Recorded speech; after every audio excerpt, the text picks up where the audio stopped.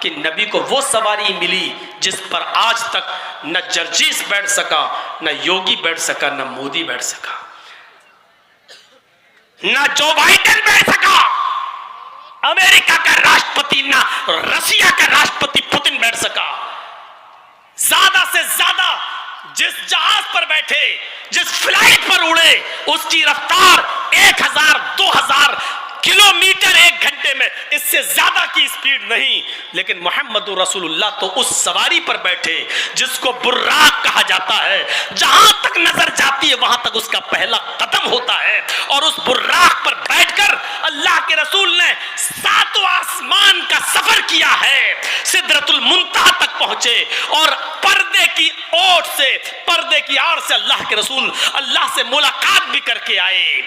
اللہ کو دیکھا نہیں۔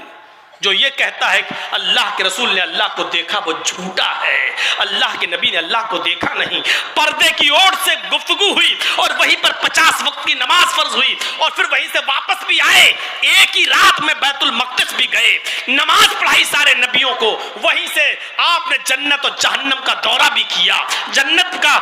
کی سیر کی اور جہنم بھی دکھائی دی، اللہ سے ملاقات بھی کی، اور 50 وقت کی نماز کا تحفہ لے کے آئے جو کم ہوتے ہوتے 5 وقت کی رہ گئی، اور پھر اسی رات میں واپس بھی آ گئے۔ ایسی سواری پر بیٹھے ہیں، لیکن اتنی عظیم سواری پر بیٹھنے کے بعد بھی آپ کی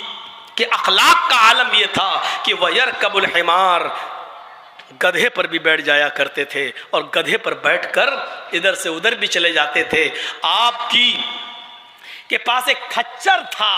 آپ اس کھچر پر بھی بیٹھے، گدھے کی بھی سواری کی، اونٹنی پر بھی بیٹھے، اور ایک اونٹنی تو وہ تھی جس کا نام قصوہ تھا، جس کو حجۃ الوداع کے موقع پر لایا گیا، اور قصوہ اونٹنی پر کجاوا کسنے کے بعد آپ نے اس کے اوپر بیٹھ کر حجۃ الوداع کا خطبہ دیا تھا لوگوں کے درمیان کہ لوگوں، اور وہ خطبہ پورا ایک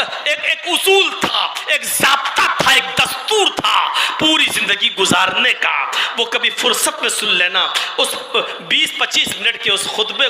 کو جو میں 2-3 گھنٹے میں آپ کے سامنے رکھوں تشریح کرتے کرتے تو اس میں بہت ٹائم لگے گا۔ تو میرے پیارے ساتھیوں، میں بتانا یہ چاہتا کہ براق پر بیٹھنے کے بعد بھی آپ نے گدھے کی سواری کی۔ یہ نہیں کہا کہ میں براق پر بیٹھنے کے بعد اب گدھے پر بیٹھوں گا، نہیں، گدھے پر بھی بیٹھ جاتے تھے، اونٹنی پر بھی بیٹھتے تھے، کھچر پر بھی بیٹھتے تھے، یہ اور گھوڑے پر بھی۔ یہ نبی اکرم صلی اللہ علیہ وسلم کے اخلاق کا حال تھا، اخلاق کا عالم تھا۔ اور لاسٹ چیز، وَيُجِيبُ دَعْوَةَ الْعَبْدِ، آپ غلام کی دعوت بھی قبول کر لیتے تھے، اپنے ساتھ غلام کو بٹھا کر غلام کے پلیٹ میں، غلام کے دسترخوان پر غلام کے ساتھ بھی کھانا کھا لیتے تھے، اور اس میں آپ اپنی ہچک محسوس نہیں کرتے تھے اس کے ساتھ کھائیں گے۔ کبھی کبھی نوٹنکی باز اور ڈرامے بازوں کو آپ نے دیکھا ہوگا، میڈیا میں ان کی فوٹو آتی ہے کہ دیکھو فلاں چیف منسٹر نے، مکھ منتری نے فلاں دلت کے گھر میں کھانا کھایا ہے۔ یہ ایسے نوٹنکی باز اور ڈرامے باز آپ کو بہت ملیں گے، ایک ڈھونڈو تو 1000 ملیں گے، لیکن جب کیمرہ فوٹو لیتا ہے تو آپ دیکھیے گا کہ دلت کو الگ کھلایا جاتا ہے اور اس کو الگ، دونوں کے درمیان 2 میٹر کی دوری رہتی ہے، 2 میٹر کی۔ اگر کسی